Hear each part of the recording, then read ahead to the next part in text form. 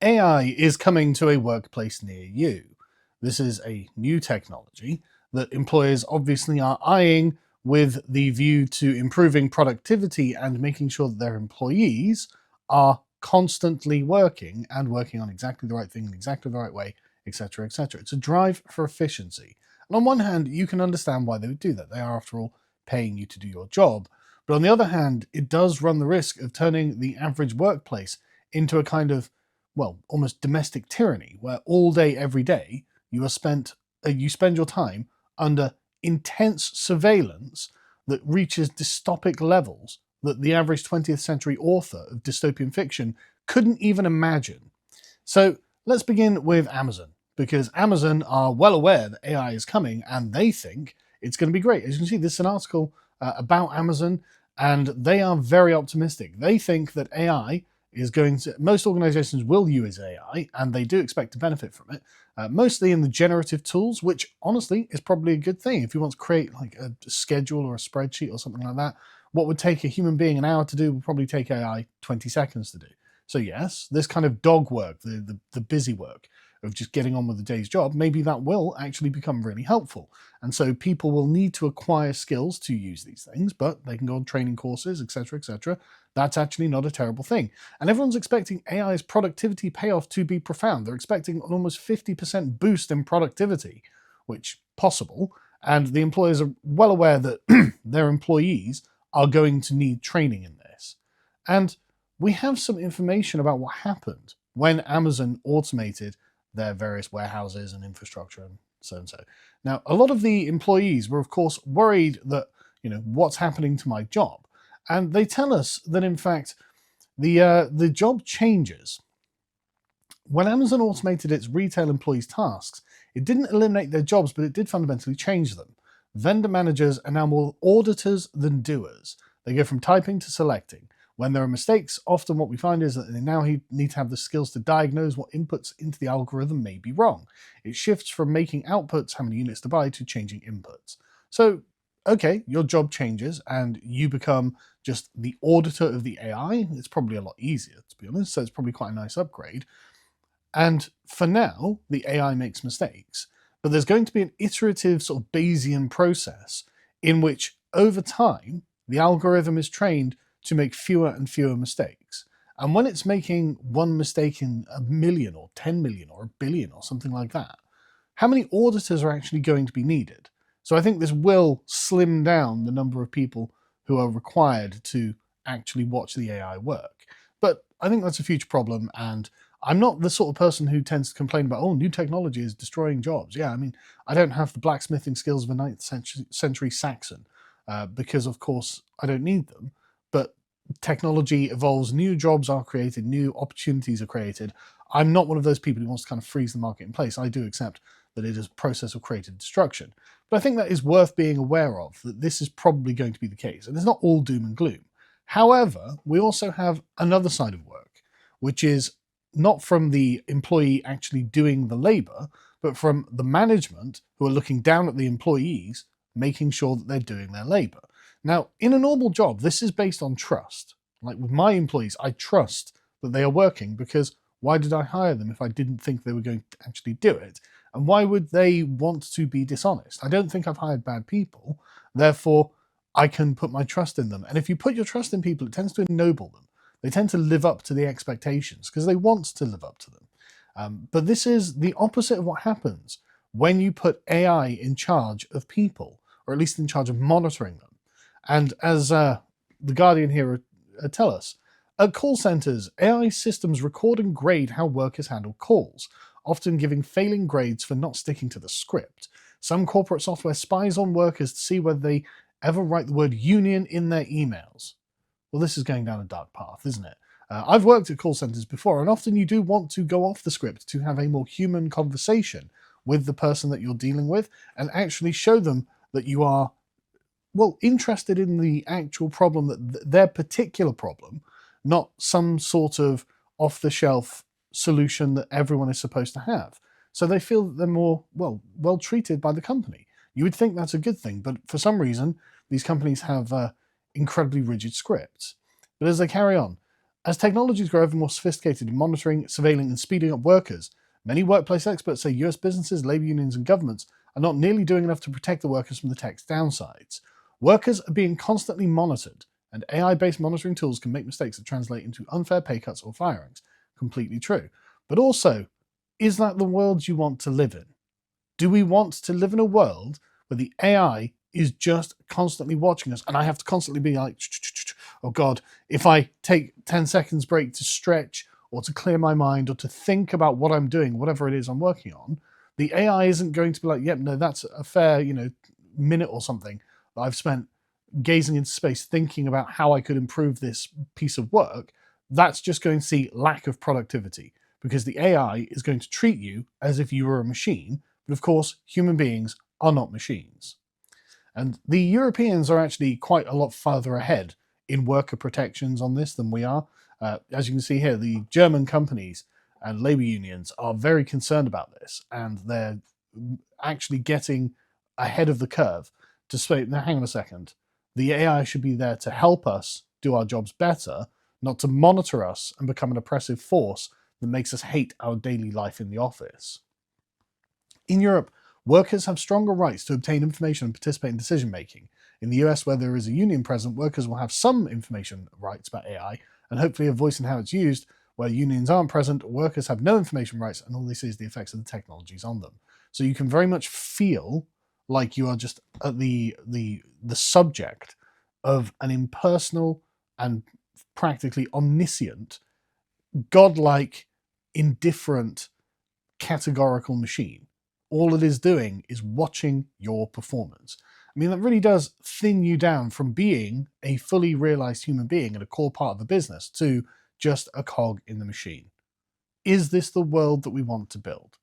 And I have to say, I'm glad that I'm not in these jobs. I'm glad I get to do this every day because, and I'm sure the guys working for me are glad they get to do this because I'm obviously not going to be doing that to them.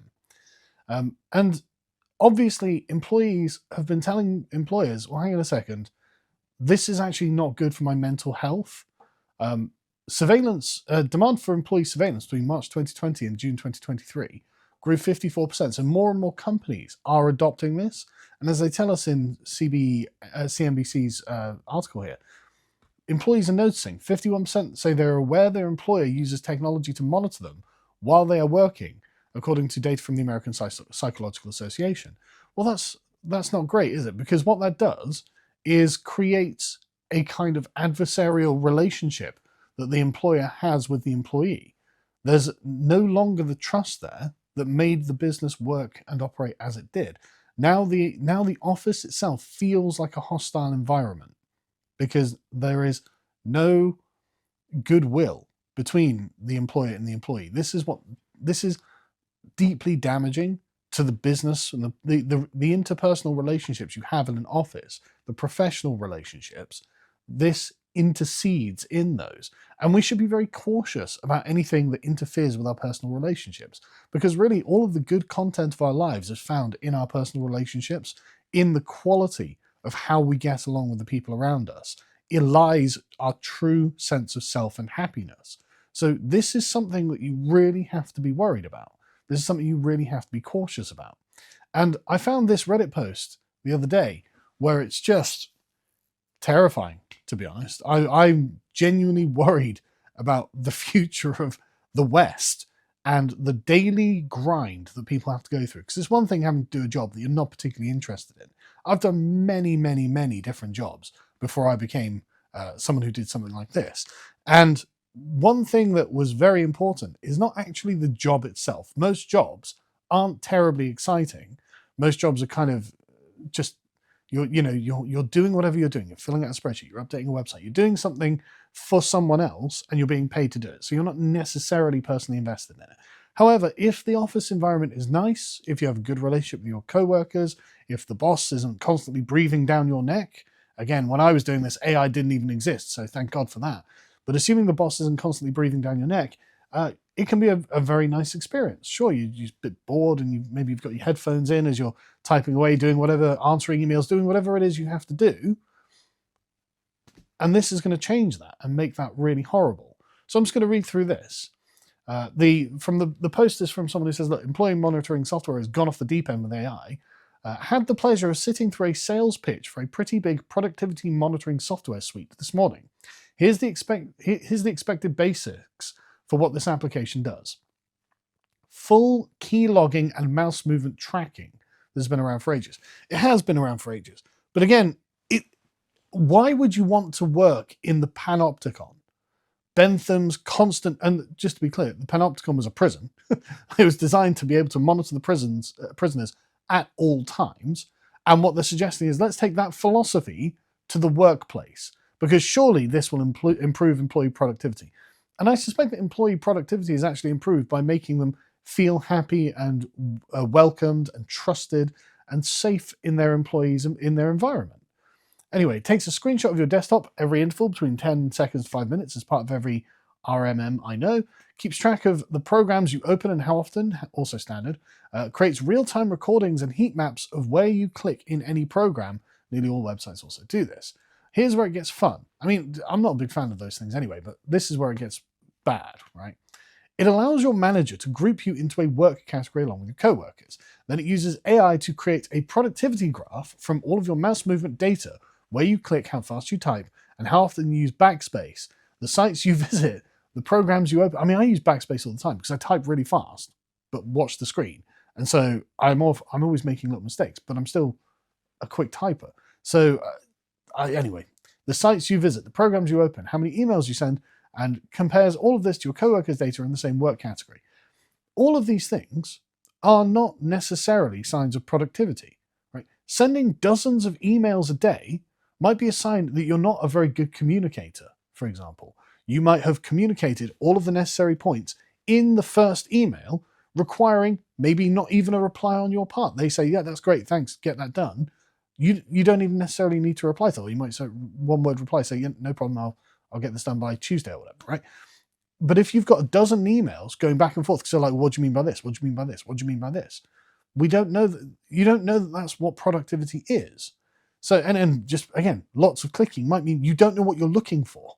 Or maybe the person isn't doing very much work. So it's going to be very difficult just by registering number of clicks and emails sent to know if the employee is actually being good at their job. But anyway, if you fall below a cutoff percentage, say you type slower than your colleague or longer to fill out a form, or have the answer to a phone call in the middle of writing an email, you get a red flag for review that's sent to your manager and whoever else they choose. You can then be prompted to justify this gap in productivity in their web portal. If your desktop is idle for more than 30 to 60 seconds, no meaningful mouse and keyboard movement, you get a red flag. If your workflow is consistent Monday to Thursday but falls below the set aggregate data score on Friday, you get a red flag. It also claims that it can use all of this gathered data for workflow efficiency automation, i.e. replacing you. The same company that sells this suite conveniently sells AI automation services. And since they already have all your employee workflow data, why not give them more money when you're at it? That's not good, is it?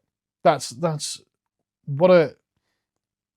Again, to treat people as if they are in now a kind of gulag, where they are just labor units and they have to achieve a certain level of productivity, and you don't even know if this is productivity, but otherwise you get your entire career, automated. Not great, really, is it? A bit of a terrifying future I think we're looking into, and I wouldn't want this for myself, and I certainly don't want this for other people. I certainly don't want my children to have to work in environments like this. I do actually think that there should be some kind of labour laws protecting employees from this kind of thing, because it just creates a deeply unhealthy environment in which to work.